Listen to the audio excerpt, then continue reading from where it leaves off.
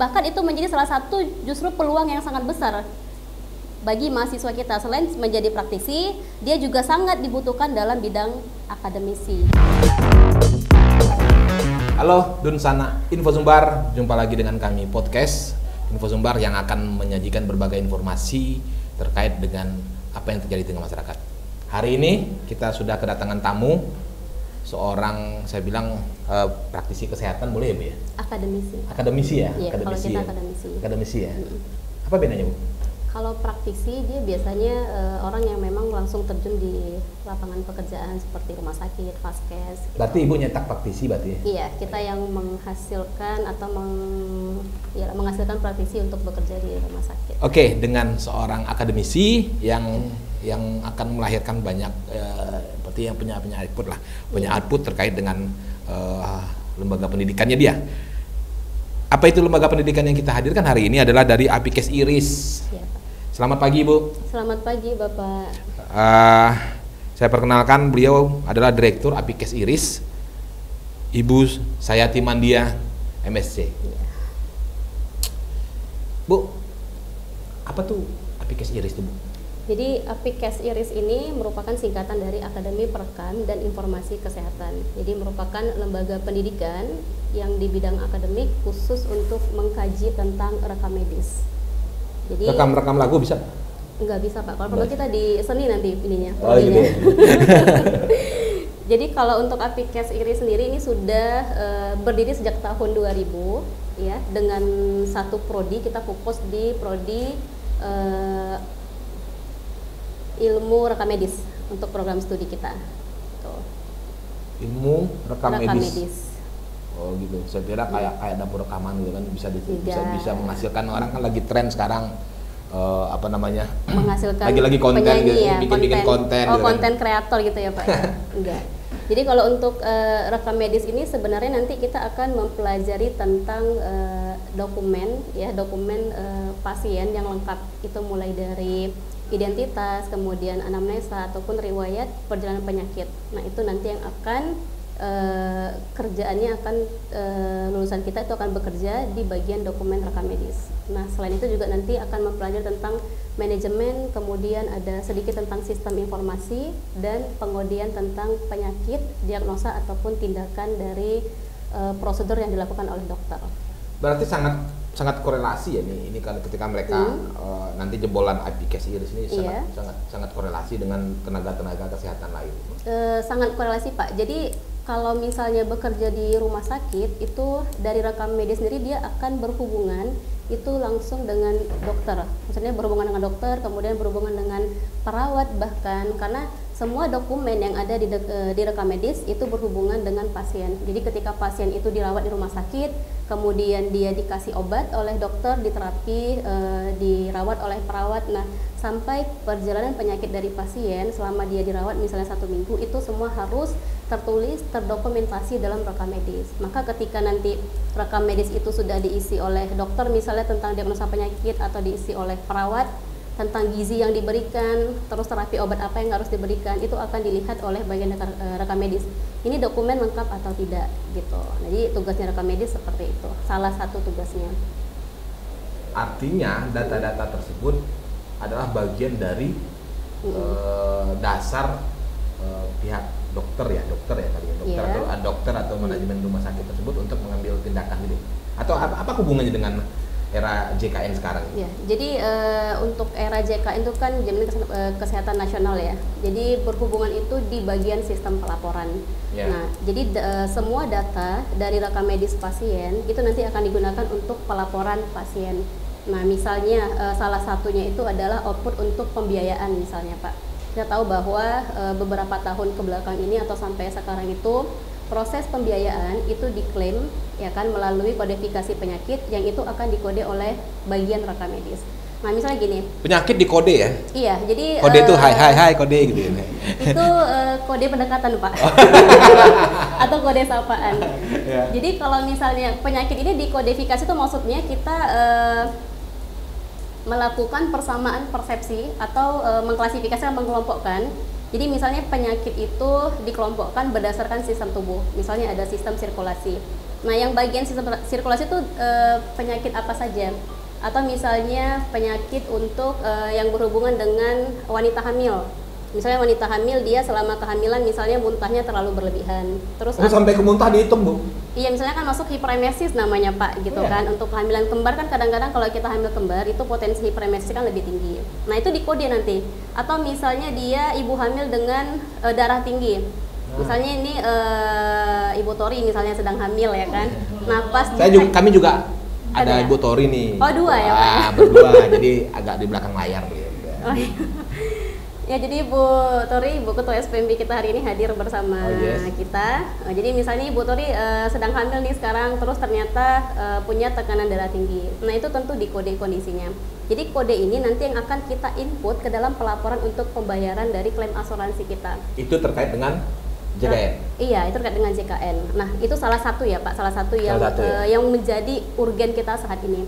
Kenapa? Karena ketika kode itu salah atau misalnya salah ketika input gitu ya? Iya, salah input, salah kode. Misalnya ketika perekam medis itu salah kode, harusnya kondisi Ibu Tori hamil dengan hipertensi. Nah, tentu kodenya akan berbeda ketika dia kontrol dengan kondisi hamil saja. Terus cara mengambil tindakan untuk tim dokter juga ya? Tentu kan obat yang diberikan akan berbeda gitu kan. Atau misalnya pas dia mau lahiran, dia hamil dengan lahiran hipertensi, itu kan akan beresiko untuk hamil normal. Tentu nanti dia akan di sesar. Itu tindakan sesar akan dikode lagi. Nah, kode yang dilakukan oleh perekam medis, siapa yang mengkode? Yang pengkode itu adalah orang yang belajar di rekam medis, gitu. Nah, kodenya itu nanti bisa berupa kombinasi numerik dan angka dan huruf.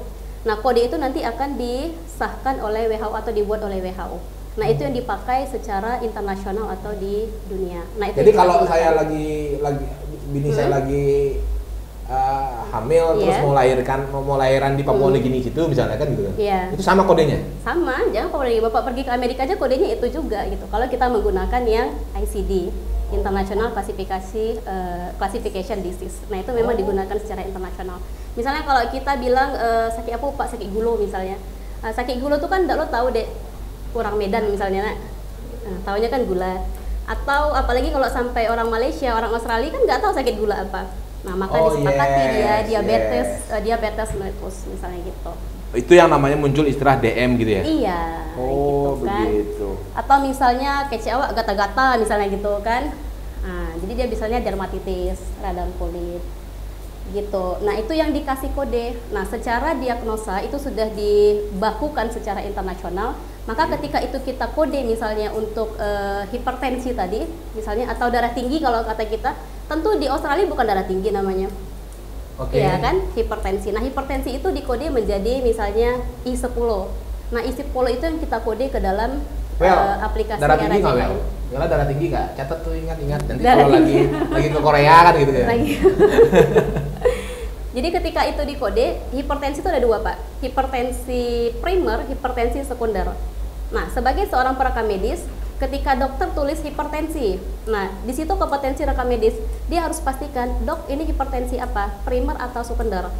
Ada lagi ya? Iya, karena kodenya akan beda I10 dan I11. Salah kode bisa salah. Salah kode nanti salah pembiayaan atau bahkan nanti mungkin klaimnya tidak dibayarkan. Yes. Nah, itu masih salah kode. Kalau klaim nggak dibayarkan itu tuh impactnya ke rumah sakit berarti ya? Ke rumah sakit, ke Vaskesnya kali ya? Iya, ke Vaskes ya, rumah sakit yang paling besar. Itu hanya satu orang loh, satu orang dengan satu penyakit. Berapa orang yang datang ke rumah sakit dalam satu hari? Penting banget dong gitu ya? Iya, memang sangat penting. Nah, itu masih hanya kode. Jadi, gitu. Ya memang kalau kurang data, artinya memang perlu pencatatan yang benar, perlu pelatihan yang benar. Iya. Nah, kalau codingnya salah bisa pending klaimnya, pending akibatnya. Ini kalau yang mau sekolah-sekolah nih harus tahu nih, harus benar-benar. Karena seperti ini Pak ya, misalnya gini nih, misalnya Bapak punya perusahaan asuransi, terus saya sebagai nasabah Bapak gitu kan. Nah, saya masuk nih ke asuransi Bapak, Pak saya kemarin operasi sesar nih, saya udah bayar nih ke rumah sakit misalnya 17 juta. Terus saya kasih kwitansinya ke Bapak, klaimnya. Kira-kira cukup nggak dengan kwitansi? Kan nggak cukup. Nggak tahu saya. Saya belum pernah hamil. Oh iya, kita ganti nih misalnya. Bapak jangan. Tori ini doa-doainnya kanker. Dia tadi gara-gara bilang hamil lupa jadi kayak gitu kan. Oh ini aja misalnya ada pasien A itu misalnya usus buntu. Nah terus dilakukan pemotongan usus buntu atau appendektomi. Nah ketika kita klaim, apa bukti dia dilakukan appendektomi? Iya kan? Ada bukti USG-nya sebelum operasi, ada bukti obat-obatan yang diberikan. Tentu sebagai pihak perusahaan gak mungkin dong cuma terima klaim kwitansi doang, ya kan? Nah itu tugas dari rekam medis, semua kelengkapan dokumen rekam medis, baik itu tindakan, kapan dia masuk, kapan dia keluar, itu akan digunakan sebagai laporan penunjang untuk klaim asuransi tadi. Itu salah kan satunya. untuk lembaganya gitu lah. Iya. Nah, kalau untuk profesinya gimana? Kalau untuk profesinya tentu akan tertahan nanti. Misalnya ketika tindakan itu dilakukan oleh dokter misalnya dokter kan rumah sakit itu ada dokter DPJP-nya atau ada dokter bedahnya misalnya dia ada dokter bedah melakukan tindakan A misalnya seperti itu. Ketika klaimnya tertahan, ya kan, gara-gara salah kode misalnya atau keliru dalam memberikan kode, tentu jasa dokter akan tertahan juga, misalnya seperti itu. Oh, ya, dokter mesti baik-baik mereka nih. Sama orang rekam medis ya Pak.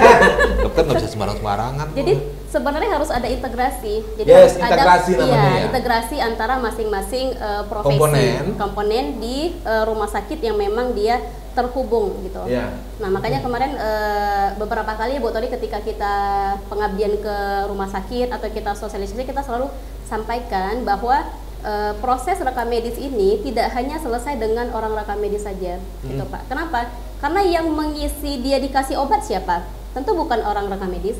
Misalnya kita punya formulir pasien A hari ini dia masuk dengan keluhan sakit perut atau sakit kepala misalnya. Terus diperiksa, dikasih obat, ditegakkan diagnosanya. Yang nulis tentu dokter, misalnya seperti itu.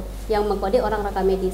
Yang mengecek data itu lengkap atau tidak, tentu orang rekam medis. Nah itu makanya saya bilang ada integrasi antara profesi dokter, kemudian perawat mungkin, atau bagian gizi yang semua mengisi semua file di rekam medis. Itu harus ada komunikasi atau integrasi yang baik di rekam medis itu sendiri. Berarti memang komponen yang tidak terpisahkan gitu sebenarnya. Iya, jadi satu sama lain terkait dan itu akan saling menunjang dalam mengambil keputusan apapun itu. Keputusan tindakan medis, keputusan pembiayaan, benar. keputusan terhadap mungkin terhadap apakah nih pasien yang harus dirawat atau seperti apa. Iya, benar. Nah, kira-kira seberapa besar sih? Seberapa banyak? Dan bagaimana bentuk atau ada nggak regulasi yang ngatur ini di Vaskes ini harus punya tenaga perekam nih gitu, perekam medis nih gitu. Iya. Jadi kira-kira Ibu melihatnya gimana? Dan ini udah hampir lebih 10 tahun ya. Iya, untuk Vaskes ini 22 tahun. 22 tahun sekarang ya? 22 tahun. Artinya dari yang Ibu bilang tadi, dokter harus kerjasama, lembaga Vaskesnya harus kerjasama, harus terikat juga dengan teman-teman yang berprofesi di rekam medis, belum lagi nanti lembaga pembiayaannya. Iya benar. Bagian bendahara, billing rumah sakit itu juga terintegrasi. Artinya sektor ini sangat dibutuhkan dan sangat diperlukan. Di Sumatera Barat sendiri, Ibu melihatnya sudah terpenuhi nggak itu? Atau pasar tenaga kerjanya sudah terpenuhi nggak itu? Kalau rekam medis ini, menariknya dari rekam medis ini Pak ya, kita lihat dari kacamata perguruan tinggi dulu ya, sebelum kita masuk ke sektor penyerapan lulusan. Jadi untuk program studi rekam medis itu baik D3 atau dia D4 atau S1 bahkan S2 yang nantinya kita harap salah satu lulusan rekam medis itu menjadi akademisi, dosen gitu kan. Nah itu sangat sedikit sekali. Sangat sedikit. Bahkan kita bisa itu akademisinya. Akademisi dari program studi yang perguruan tinggi itu punya rekam medis.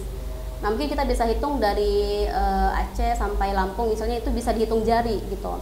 Nah kemudian permintaan atas lulusan itu sangat besar. Permintaannya sangat besar. Ya, makanya kenapa saya bilang dasarnya ada dua. Yang pertama adalah pemerintah itu sudah mengatur tentang akreditasi rumah sakit. Ya. Akreditasi. Iya, jadi Vaskes atau rumah sakit tidak? Vaskes, fasilitas kesehatan. Jadi nanti ada rumah sakit, ada klinik, kemudian ada puskesmas dan yang itulah 3 itu ya Pak ya.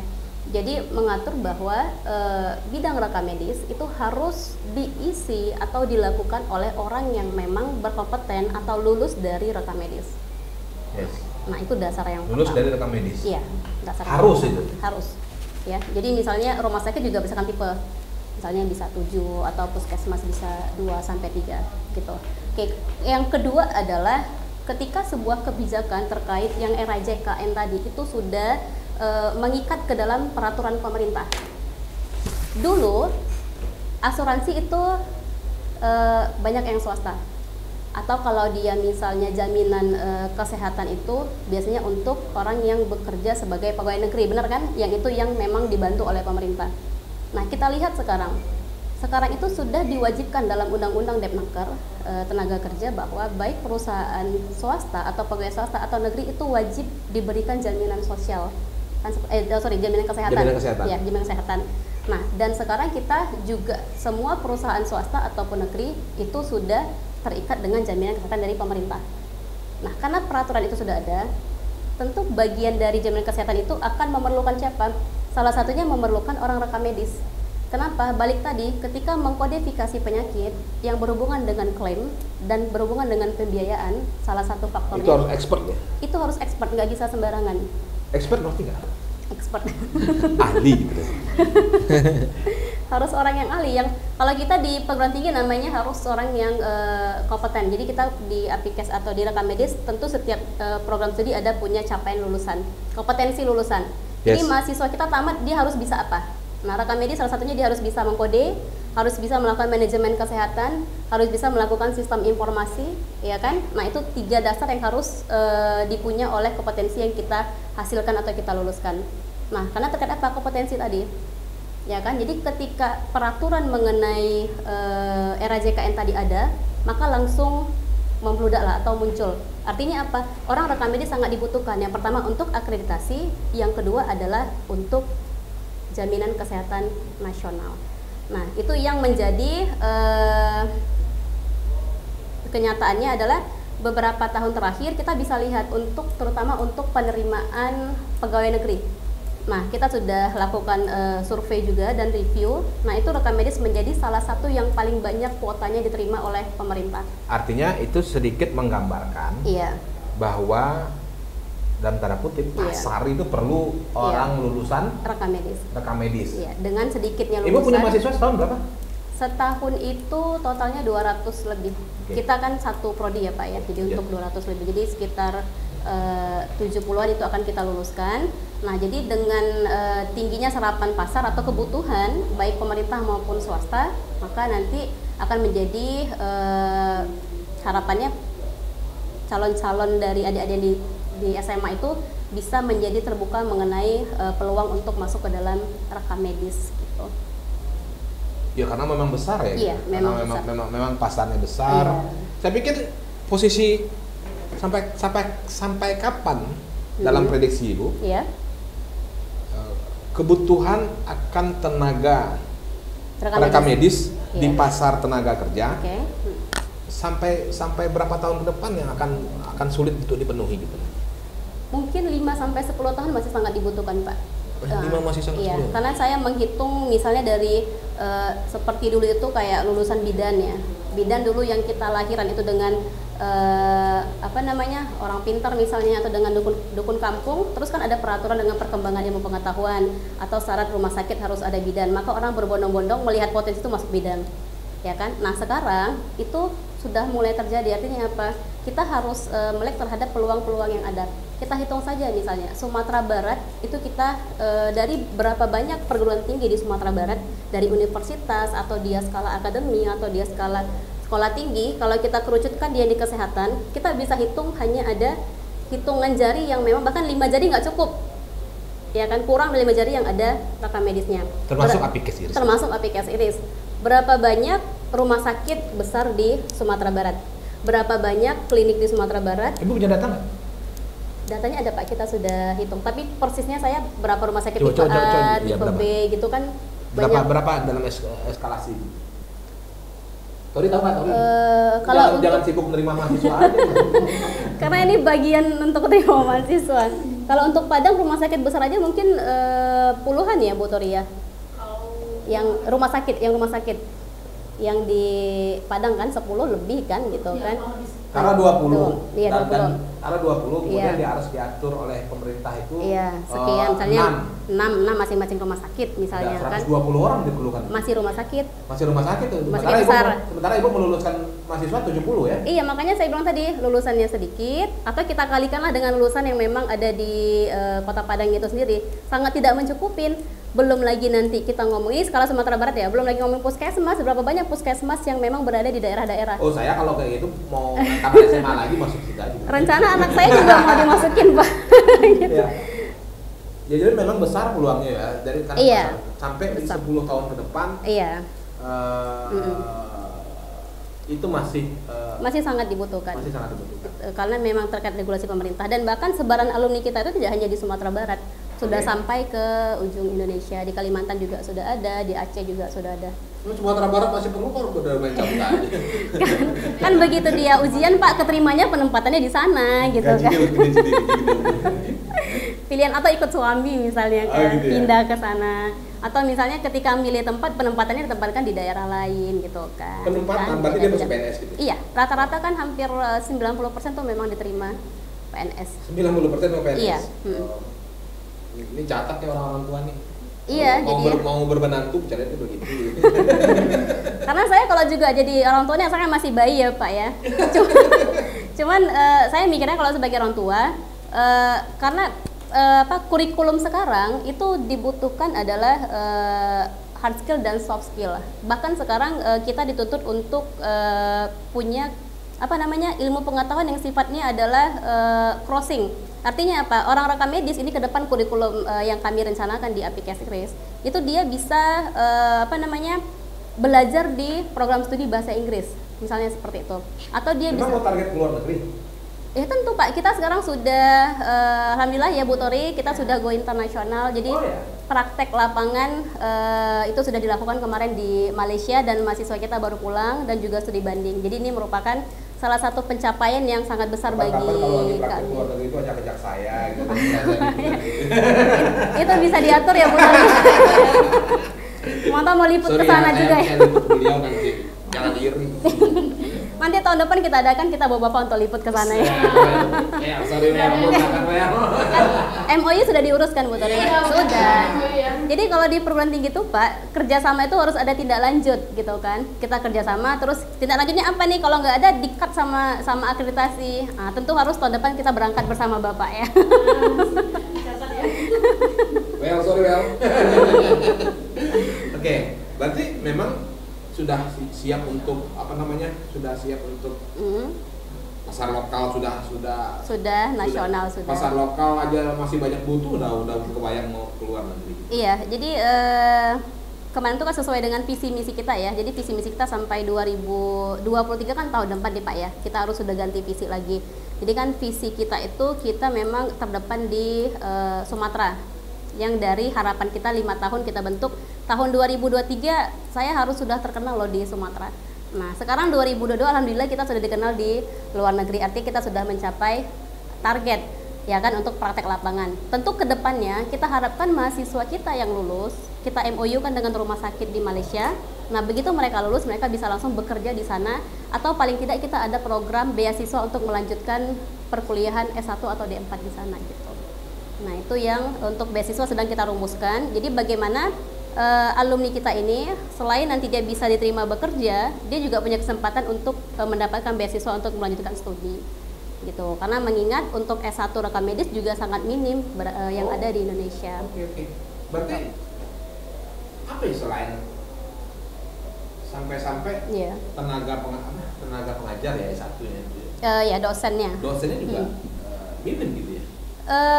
Minim sekali malahan Pak. Jadi gini. Ada kebijakan apa dengan kampus? Gitu.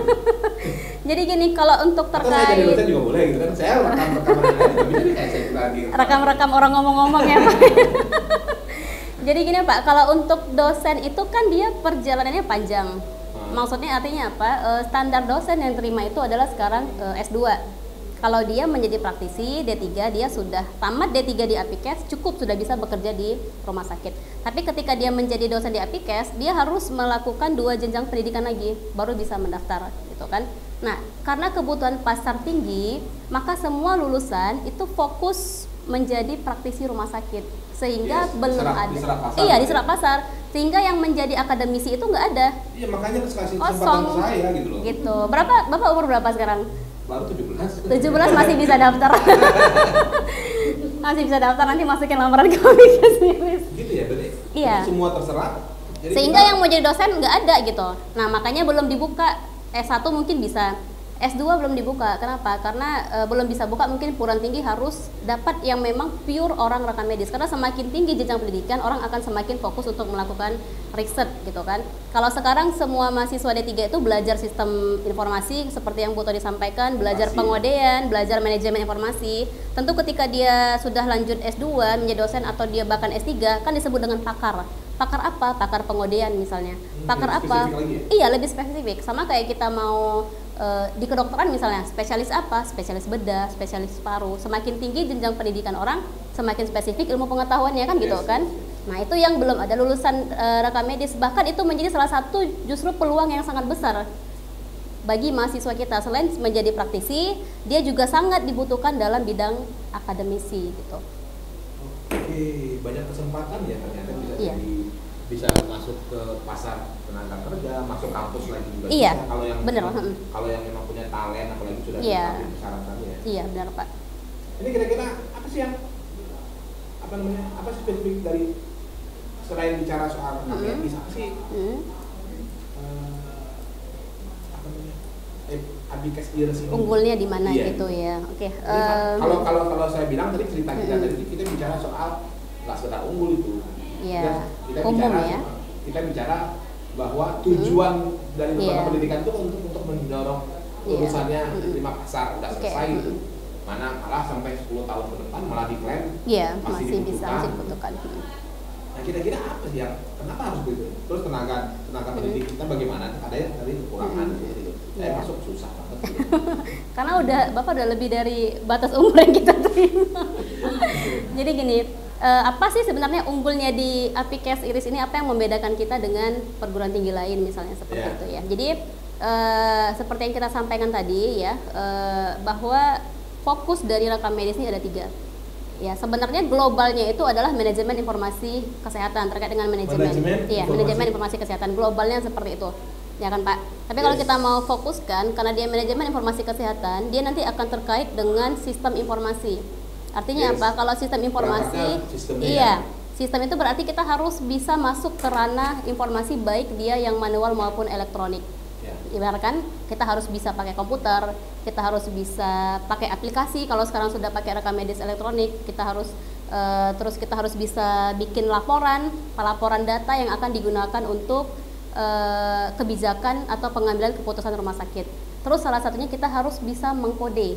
Nah, mengkode yang tadi salah satunya keuntungannya. Mengkode dengan sekian kode global itu? Iya, itu ada ribuan penyakit. Jadi kalau di rekam medis tuh yang ICD tadi dia punya 3 buku, volume 2, volume 1, sama volume 3. Jadi seperti tabulasi kamus, Pak. Iya, kamus. Bayang saya. Kebayang kan? Kamusnya itu setebal ini gitu, setebal ini. Hah?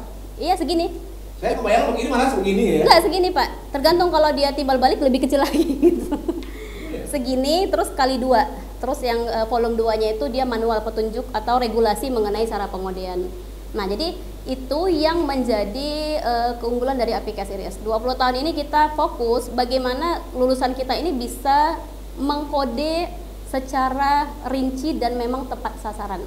Nah, gimana caranya? Maka program atau kurikulum yang kita lakukan bersama dosen ataupun di pimpinan sendiri, itu kita buat sistem praktikum. Karena kalau diploma atau D3 ini kan bobotnya 60% praktikum, 40% teori.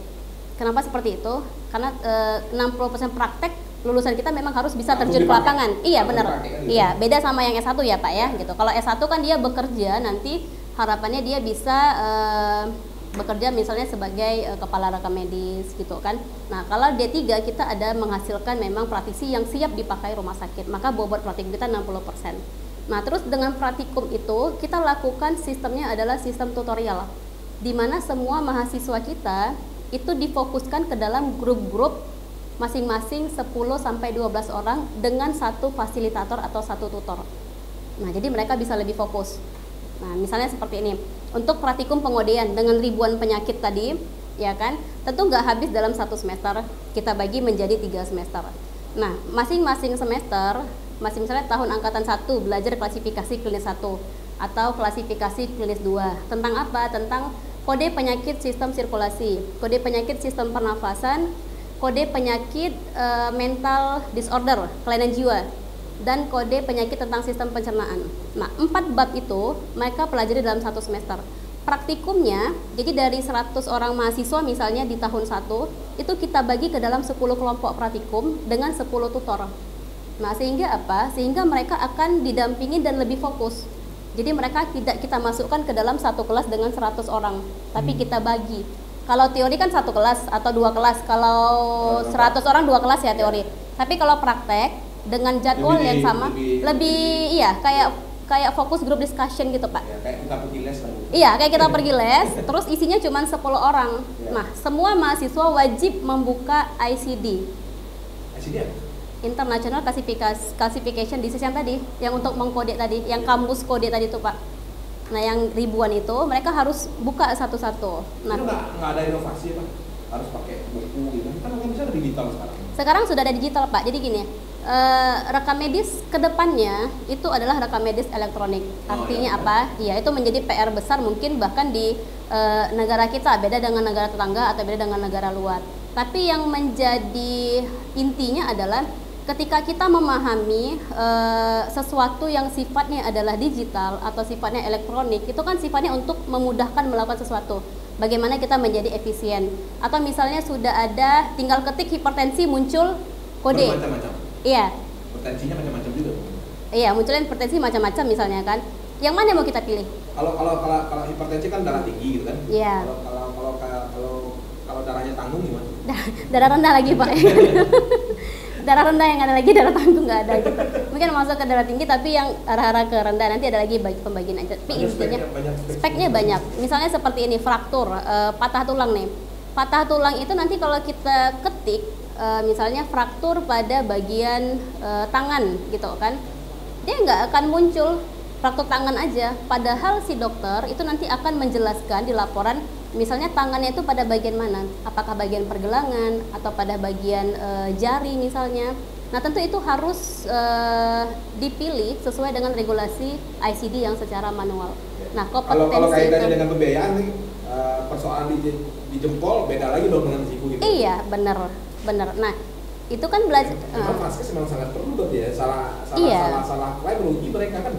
Ya rugi, baik kadang-kadang bisa yang rugi Vaskesnya, kadang-kadang yang bisa rugi mungkin pihak yang pemberi asuransi misalnya. Makanya kompetensi itu perlu. Nah, kenapa harus belajar tetap yang manual? Karena itu sebagai dasar untuk kita bisa mengembangkan secara aplikasi maupun menggunakan program gitu. Berarti nggak ada yang nganggur mahasiswa ini? Yang nganggur? Ya. Alhamdulillah tidak ada. Mungkin nganggurnya itu sama suami mungkin baru nikah, belum boleh kerja dulu Pak. Oh gitu ya? Gue pengalaman juga. Enggak, saya dulu alhamdulillah. Saya dulu waktu mau nikah bikin perjanjian gitu kan. Iya, ini saya boleh nggak ini gitu kan, kerja gitu kan langsung. Berarti memang kepake gitu ya? Iya, alhamdulillah memang serapan. Kalau kita bilang 100% kita mungkin 90% PNS, 95 sampai 97 itu bekerja. Mungkin yang sisanya mungkin karena memang dia pendidikan pribadi lah. Iya, gitu, alasan-alasan pribadi gitu. Oke, menarik, saya pikir.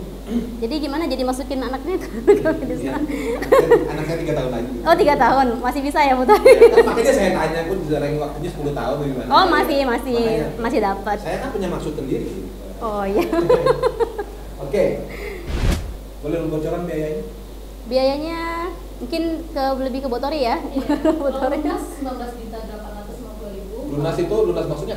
Lunas itu Sampai selesai 3 tahun kuliah gitu. Ini jelas-jelas punya. lunas itu pembayaran SPP yang untuk semester 1 Sama pembangunan.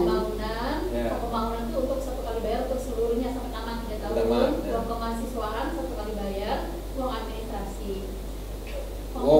langsung di depan itu 15 juta gitu ya? 19 juta Pak. 19 juta ya? Oh, saya Iya. kira diskon tadi. Oh enggak. Diskonnya ada. Iya. Diskonnya Oh, ada ya. 19 juta Betul. ya?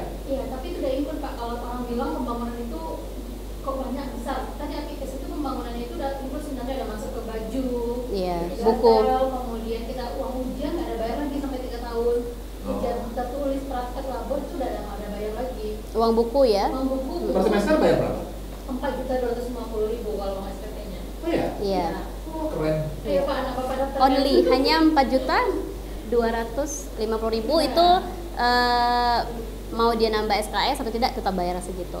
Iya. Jadi Iya, ada iya, sistem paket. Kalau dia kan akademi ya? Iya. Yang jelas standarnya kan 3 tahun gitu. Iya. Rata-rata ada yang anu nggak? Ada yang lebih dari Ada 3 lebih tahun. kan? Bapak nanya rata-rata ya? Kalau rata-rata 3 tahun. Rata-rata 3 tahun. Iya. Itu kalau mau, kan itu kan statusnya mahasiswa ya? Iya, yang mana yang Anak-anak itu mahasiswa berarti kan? iya mahasiswa. Pernah ikut demo nggak? Nggak pernah. alhamdulillah. Ini pasti nyaman ini orang tuanya. Kalau Anaknya demo ikut enggak, demo. enggak ada. Di Apikes alhamdulillah 20 tahun tidak ikut demo. Dan kalaupun ada ininya akan kita kontrol. Enggak boleh. Enggak pernah ada. Nanti Bapak boleh cek yang demo kemarin ada Apikes apa enggak Iya. gitu. Bikin edit. Oke Bu, saya Bu Yati aja ya manggilnya ya. Saya Yati, keren gimana? Kerennya Bu Tia aja, Pak. Oh ya? Iya, saya dipanggilnya Bu Tia. Kalau Bu Yati kesannya kayak 45 atau 40. Enggak, memang dipanggilnya Bu Tia gitu. Bu Tia ya? Iya, benar. Ini Bu direkturnya asik gitu. Iya. Direkturnya aja asik, apalagi Dosennya. dosennya gitu. Oke Bu, mungkin ada yang lain mau diobrolin? Tadi terkait ini ya Bu Tori, penerimaan mahasiswa baru. Jadi kita ada mungkin beasiswa sedikit ya Pak ya kita sampaikan. beasiswa? Ada dong, kita nyediain beasiswa. Yang pertama itu beasiswa prestasi. Jadi Yes. anak-anak kita itu tiap semester, tiap angkatan. Jadi yang juara Yang satu. kasih yayasan? Iya dong, masa saya Pak. Saya nggak punya uang sih. Udah mulai asik ngobrolnya.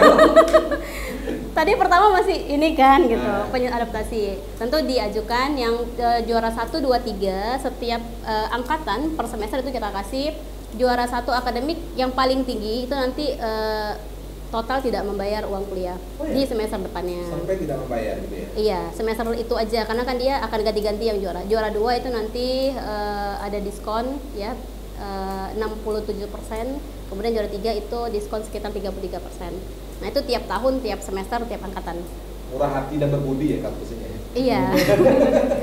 Jangan lupa ramah tamah dan tidak sombong. Iya betul. Terus kemudian ada beasiswa, mohon maaf untuk orang tua yang ketika masa studi orang tua ayahnya meninggal itu kita beasiswa sampai tamat. Oh ya? Iya, di Apikes Iris gitu. Jangan didoain. Jangan didoain. Tapi realitanya ada beberapa yang memang mohon maaf memang meninggal pada masa studi dan memang kita selesaikan sampai tamat. Terus kita ada beasiswa UKT dari pemerintah. Kemudian sekarang KIPKA. Jadi KIPKA itu kita ada 5 kuota ya dari pemerintah itu dapat Apikes 5 kuota. Itu semuanya disubsidi oleh yayasan dan pemerintah sampai dia tamat tidak membayar sama sekali. Kita seleksi itu berdasarkan kriteria berdasarkan yang diprioritaskan adalah memang anak-anak yang ekonominya di bawah dari yang ini yang ditentukan gitu. Berarti ada 5 macam tadi ya? Iya. Ada 5 macam beasiswa, ada 4 macam Pak ya. 4 ya? 4. Ada 4 macam terus saya pikir kemudahan-kemudahan gitu ya. Iya. Memberikan kemudahan tanggung jawab. Ya kalau buat saya ini sebuah kesempatan sebenarnya. Iya, Ya, tinggal tergantung orang tua masing-masing dan si Iya. calonnya ini mau nggak gitu. Jadi- Karena sorry calon mahasiswanya. Oh kira siswa. Karena ada di sini. Oh tadi ngomongnya ke sana. Iya, soalnya di sana. Oh calon mahasiswanya gitu. Calon mahasiswa Apikesnya gitu. Karena Iya benar. sebagai orang yang saya juga tahu bagaimana Iya. susahnya mencari lapangan kerja. Bener, Sekarang, bener, Pak. Sementara pada saat yang bersama Anda Iya. memberikan Gambarannya. gambaran yang Anda justru kesulitan memenuhi Kebutuhan dari Pak kebutuhan pasar. Kan? Ya. Benar. Baik, Bu Ia, Iya, Bu Ia Pak, ya. boleh. Itu bincang-bincang kita hari ini. Iya. Semoga bermanfaat ya, Iya. Bu Tori ya. Makasih tambahan informasinya gitu. Sama-sama. Karena tentu bisa memberikan pertimbangan-pertimbangan banyak hal untuk cara para calon mahasiswa, pada lulusan SMA, sekolah menengah, orang tuanya yang bingung nih mau kemana melanjutkan pendidikan ya, saya pikir bisa sebuah pilihan, dan saya pikir sangat menarik. Itu saja bincang-bincang dengan kami. Putri, thank you. Oke, terima kasih Pak. Terima kasih. Oke, di sana yang berubah. Kalau ada yang tidak tepat atau yang salah, mohon dimaafkan. Demikian dari kami. Terima kasih. Assalamualaikum. Waalaikumsalam.